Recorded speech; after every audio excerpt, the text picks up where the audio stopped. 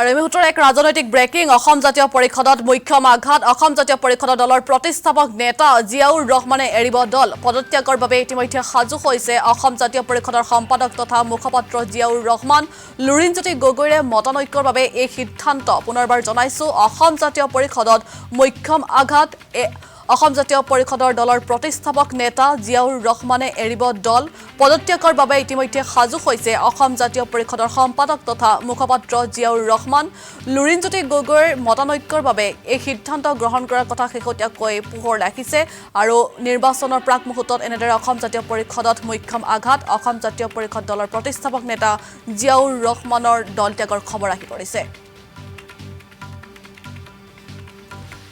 আৰু ইতিমধ্যে পদত্যাগৰ বাবে সাজু হৈছে অসম জাতীয় পৰিষদৰ সম্পাদক তথা মুখপাত্ৰ জিয়াউৰ ৰহমান আৰু সভাপতি লুৰিণজ্যোতি গগৈৰ সৈতে কিছু কথাত মতানৈক্যৰ বাবে এই সিদ্ধান্ত গ্ৰহণ কৰাৰ কথা শেহতীয়াকৈ পোহৰ ৰাখিছে লুৰিণজ্যোতি গগৈৰ সৈতে কিছু ৰাজনৈতিক মতানৈক্য আহি পৰিছিল জিয়াউৰ ৰহমান আৰু লুৰিণজ্যোতি গগৈৰ মাজত এই বিভেদৰ বাবে শেহতীয়াকৈ অসম জাতীয় পৰিষদ দলৰ প্ৰতিষ্ঠাপক নেতা জিয়াউৰ ৰহমানে দল এৰাৰ সিদ্ধান্ত গ্ৰহণ কৰাৰ কথা ইতিমধ্যে এই মুহূৰ্তত এই খবৰটো আহি পৰিছে পদত্যাগৰ বাবে ইতিমধ্যে সাজু হৈছে অসম জাতীয় পৰিষদৰ সম্পাদক তথা মুখপাত্ৰ জিয়াউৰ ৰহমান এই মুহূৰ্তত আমি দিবলৈ লৈছোঁ এক ডাঙৰ খবৰ ৰাজনীতিৰ পথাৰত এক বিগ ব্ৰেকিং দিবলৈ লৈছোঁ আসাম টক্সৰ দৰ্শকসকলক যে এজেপিৰ যিগৰাকী মুখপাত্ৰ আছিলে বা প্ৰতিষ্ঠাপক সম্পাদক আছিলে এইগৰাকী জিয়াউৰ ৰহমানে ইতিমধ্যে তেওঁ দলৰ পৰা পদত্যাগ কৰাৰ সিদ্ধান্ত গ্ৰহণ কৰা বুলি আমি গম পাইছোঁ আৰু বিগত প্ৰায় এটা মাহৰ পৰা সম্পূৰ্ণ নিষ্ক্ৰিয় হিচাপে বহি আছিলে জিয়াউৰ ৰহমান সকলোৱে সন্দেহ কৰিছিল যে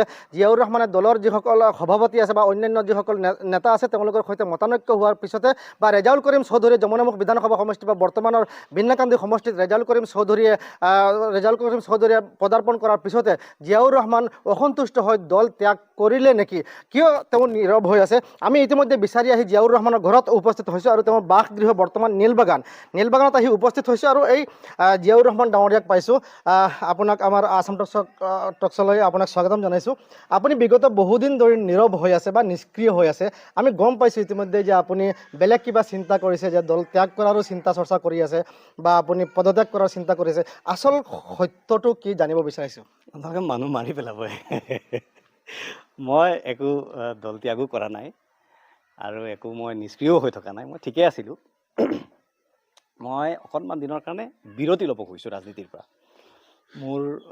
আপুনি মোৰ ঘৰত আহিছে মোৰ দেখিছে আপুনি মোৰ ভিতৰত গৈ পেলাই গম পাব মোৰ দেউতা অসুস্থ মোৰ মা অসুস্থ মোৰ মা ভৰি ভাঙি পৰি আছে মই যোৱা বহু দিনৰ পৰা ঘৰত মই পৰিয়ালক সময় দিব নোৱাৰোঁ মোৰ দেউতাক মই বাহিৰত ট্ৰিটমেণ্ট কৰোৱাব লাগে সেইকাৰণে মই অকণমান দিনৰ কাৰণে ৰাজনীতিৰ পৰা বিৰতি ল'ব খুজিছোঁ এইটো পদত্যাগ নহয় আৰু এই কথাটো মই দলৰ নেতৃত্বক জনাইছোঁ যে মই অকণমান দিন নোৱাৰিছোঁ সেইটোৱেই গতিকে এই অকণমান দিনটো কিমান দিন এইটো দেখা যাবচোন সময় আহক কাৰণ এইটোতো আৰু মই যোৱা 5 বছৰে দলক সময় দিছোঁ যথেষ্ট দল সমাজক সময় দিছোঁ আৰু এইখিনি সময় দিওঁতে মই মোৰ পৰিয়ালক একো সময় দিব পৰা নাছিলোঁ মোৰ পৰিয়ালৰ মানুহৰ মোক প্ৰয়োজন আছে মোৰ দেউতা মানে বুঢ়া বয়সত মা বুঢ়া বয়সত তেওঁলোকক মই সেৱা কৰিব লাগিব আৰু তেওঁলোকক মই যোৱা 5 বছৰে ছাৰ্ভিচ দিব পৰা নাই গতিকে মই আৰু নোৱাৰিছোঁ সেইকাৰণে মই অলপমান আৰু মোৰ নিজৰো শাৰীৰিক অসুস্থতা আছে মাজতে আপোনালোকে খবৰ পাইছিল চাগে মই এসপ্তাহ হস্পিটেলাইজ হৈ আছিলোঁ মোৰ নিজৰে হাৰ্টৰ ইছ্যু এটা আছে মই নিজেও বাহিৰত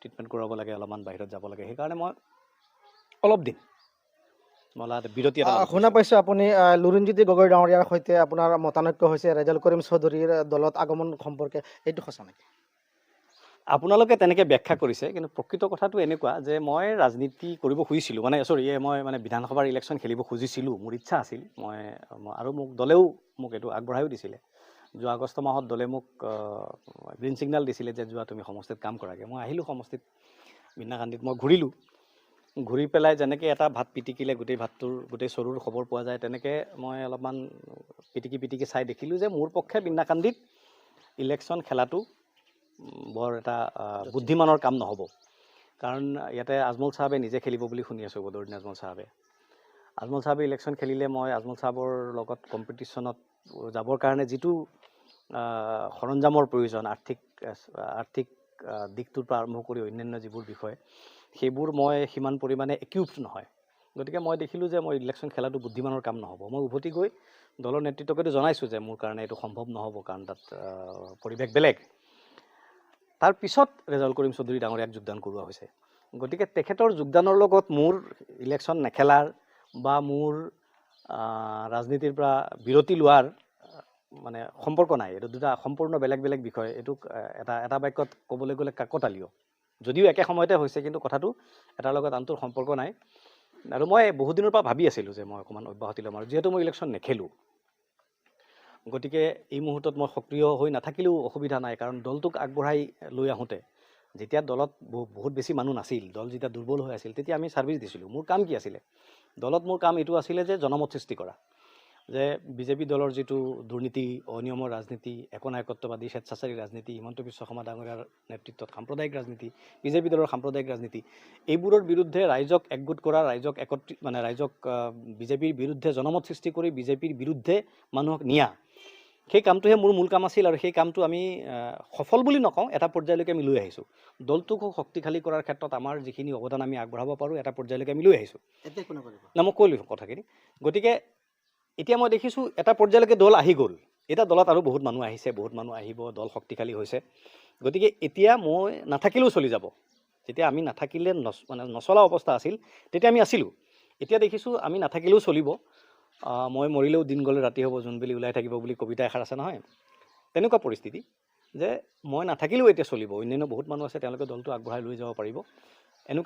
এনেকুৱাতো নহয় যে মই যদি কাইলৈ মৰি যাওঁ, মই নাথাকোঁ, এই পৃথিৱীৰ পৰা গুচি যাওঁ, তেতিয়াহ'লে কি দল নচলিব নেকি? আজি যদি নৰেন্দ্ৰ মোদী ডাঙৰীয়া নাথাকে পৃথিৱীত, তে প্ৰধানমন্ত্ৰী বনাবৰ কাৰণে বেলেগ মানুহ নাথাকিব নেকি? বেলেগ নিশ্চয় থাকিব। আজি যদি হিমন্ত বিশ্ব শৰ্মা নাথাকে, তেতিয়াহ'লে বেলেগ মানুহ নাথাকিব নেকি? নিশ্চয় থাকিব। গতিকে এনেকুৱা নহয় যে মই অপৰিহাৰ্য, মোক লাগিবই, তেনেকুৱা কথা নহয়। মই নাথাকিলেও দল চলিব, বহুত মানুহ আছে। মই দলৰ এটা বৃহৎ এটা ছিষ্টেমৰ মই এটা পাৰ্ট আছিলোঁ। এতিয়া মই নহ'লেও দল চলিব। আৰু আপোনাক মই স্পষ্টকৈ জানিব বিচাৰিছোঁ শেষত, যে আপুনি কৈ আছে নিষ্ক্ৰিয় বা আপুনি কিছুদিন বিৰতি লৈছে। আমি স্পষ্ট জানিব বিচাৰিছোঁ যে এই বিৰতিটো ভংগ হ'ব নে এই বিৰতি কণ্টিনিউ চলি থাকিব, মানে স্পষ্টকৈ জনাব লাগে। নহয়, এইটো সময়ত দেখা যাব। কাৰণ এবাৰ ৰাজনীতিত অহাৰ পিছত মানুহে আমাৰ পৰা বহুত আশা কৰে। অৱশ্যে এইটো কথা হয় যে ৰাজনীতিত নাথাকিলেও যিখিনি কাম মই কৰিব পাৰোঁ, মোৰ সামৰ্থ্য অনুসৰি যিখিনি কাম আছে, সেইখিনি ৰাজনীতিৰ বাহিৰত থাকিও কৰিব পাৰিম। কিন্তু মই এইটো নহয় যে কোনো অন্য দলত যোগদান কৰিছোঁ, অন্য দলত যোগদান কৰিম, সেইটো নহয়। মই সদ্যহতে অব্যাহতিয়ে লৈছোঁ এইকাৰণে যে মোৰ কাম আছে। এইটো অব্যাহতি নহয়, বিৰতি। অলপ বুজি পাইছে আপুনি শব্দ ব্যৱহাৰ কৰিছে। ইতিমধ্যে দেখা পাইছে যে তেওঁ অব্যাহতি শব্দটো তেওঁ বিপৰীতে তেওঁ বিৰতি লোৱা বুলি কৈছে। কিন্তু এটা কথা স্পষ্ট যে জিয়াউৰ ৰহমান যিগৰাকী AJP দলৰ মুখপাত্ৰ, আৰু ইমান দিনে AJP দলৰ এক চিনাকি হৈ আছিলে, প্ৰতিষ্ঠাপক সাধাৰণ সম্পাদক আছিলে, আৰু তেওঁ মুখপাত্ৰ আছিলে। আৰু ক'বলৈ গ'লে লুৰুণজ্যোতি গগৈ ডাঙৰীয়াৰ একেবাৰে ঘনিষ্ঠ ব্যক্তি বুলি চিনাকি আছিলে যে জিয়াউৰ ৰহমান। আৰু আজি জিয়াউৰ ৰহমানে কি যুক্তিত বা কিহৰ কাৰণে, কি দুখত তেওঁ দল ত্যাগ কৰিবলগীয়া হৈছে, নিজে জন্ম দিয়া, নিজে জন্মৰ সময়ত নিজে লগত থকা এই দলটো আজি তেওঁ ত্যাগ কৰিবলগীয়া হৈছে, সেয়া সময়ত লক্ষণীয় হ'ব হয়তো। আৰু মাত্ৰ 24 ঘণ্টাৰ ভিতৰতে সেয়া পৰিষ্কাৰ হৈ যাব, অসমবাসীয়ে গম পাব যে জিয়াউৰ ৰহমানে কিয় পদত্যাগ কৰিলে বা পদত্যাগ গ্ৰহণ কৰা হ'ল নেকি।